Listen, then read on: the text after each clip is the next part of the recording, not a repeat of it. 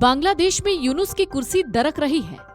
मोहम्मद यूनुस के प्रशासन से एक के बाद एक सलाहकारों के इस्तीफे हो रहे हैं। एक तरफ खालिदा जिया के बेटे रहमान 17 साल बाद वापस बांग्लादेश पहुंचे, तो दूसरी तरफ यूनुस की कुर्सी पर संकट आ खड़ा हुआ है।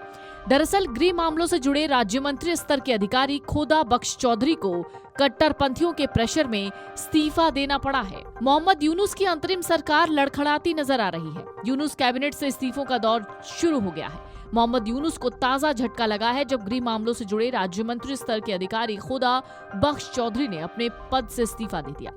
बांग्लादेशी सरकार की तरफ से जारी आधिकारिक नोटिफिकेशन में कहा गया है कि राष्ट्रपति ने उनका इस्तीफा औपचारिक तौर से स्वीकार कर लिया है। ये इस्तीफा कोई राजनीतिक नहीं बल्कि कट्टरपंथियों के दबाव की वजह से यूनुस प्रशासन ने दिया है। माना जा रहा है कि यूनुस सरकार की राजनीतिक पकड़ कमजोर हो रही है। कट्टरपंथी नेता शरीफ उस्मान हादी की हत्या के बाद मोहम्मद यूनुस के प्रशासन के खिलाफ आक्रोश बढ़ गया है। कट्टरपंथी संगठनों ने इस मामले में गिरफ्तारी और जवाबदेही को लेकर खुले तौर पर आंदोलन की धमकी दी। हादी के राजनीतिक संगठन इंकलाब मंच के सचिव अब्दुल्ला अल जाबेर ने गृह सलाहकार लेफ्टिनेंट जनरल मोहम्मद जहांगीर आलम चौधरी के इस्तीफे की मांग करते हुए 24 घंटे का अल्टीमेटम दिया था। हालांकि गृह सलाहकार अभी भी अपने पद पर हैं, लेकिन उनके अधीनस्थ अधिकारी का इस्तीफा होना बताता है कि यूनुस प्रशासन ने कट्टरपंथियों को शांत करने के लिए छोटे अधिकारियों को कुर्बानी पर डाल दिया है। मोहम्मद यूनुस का प्रशासन पहले ही 3 अधिकारियों के इस्तीफे को देख चुकी है। ये दबाव सिर्फ सलाहकारों तक ही नहीं, बांग्लादेश नेशनलिस्ट पार्टी यानी बीएनपी ने हाल के हफ्तों में खुले तौर पर बांग्लादेश के राष्ट्रीय सुरक्षा सलाहकार के इस्तीफे की मांग की, जिससे ये पता चलता है कि अंतरिम सरकार कमजोर होती जा रही है।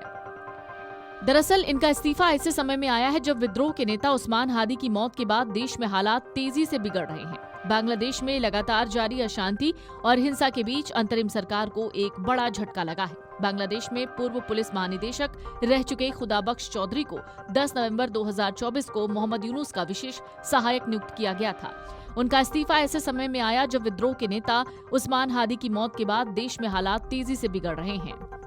इस घटना ने राजधानी में सुरक्षा को लेकर गंभीर चिंताएं भी पैदा कर दी थीं। उस्मान हादी की मौत के बाद बांग्लादेश में हिंसा की नई लहर देखने को मिली। उग्र भीड़ ने देश के 2 प्रमुख अखबारों को आग के हवाले कर दिया था। खुदा बख्श चौधरी का इस्तीफा यूनुस की अंतरिम सरकार से हुआ चौथा बड़ा इस्तीफा है। इससे पहले छात्र नेता और सलाहकार नाहिद इस्लाम ने 2025 की शुरुआत में इस्तीफा दिया था। 10 दिसंबर 2025 को आसिफ महमूद शोजिब भुइयां ने स्थानीय सरकार, ग्रामीण विकास और सहकारिता मंत्रालय के सलाहकार पद से इस्तीफा दिया था। उसी दिन महफूज आलम ने सूचना और प्रसारण मंत्रालय के सलाहकार पद से त्यागपत्र सौंपा था। अब एक और इस्तीफा, जिसके बाद यूनुस सरकार खतरे में पड़ती हुई नजर आ रही है। भारत के पड़ोसी मुल्क बांग्लादेश में जारी बवाल के बीच अंतरिम सरकार को ये बड़ा झटका लगा जब अंतरिम सरकार के मुख्य सलाहकार मोहम्मद यूनुस के नेतृत्व वाले गृह मंत्रालय के विशेष सहायक खुदा बख्श चौधरी ने अपने पद से इस्तीफा दे दिया और राष्ट्रपति मोहम्मद शहाबुद्दीन ने उनका इस्तीफा स्वीकार भी कर लिया है। इस बीच बांग्लादेश के पूर्व पीएम के बेटे तारिक रहमान बांग्लादेश लौट आए हैं। वीडियो डेस्क अमरउजाला.com। अगर आप ये वीडियो YouTube पर देख रहे हैं तो हमारे चैनल को सब्सक्राइब कर बेल आइकन दबाएं और Facebook पर देख रहे हैं तो हमारे पेज को लाइक करें।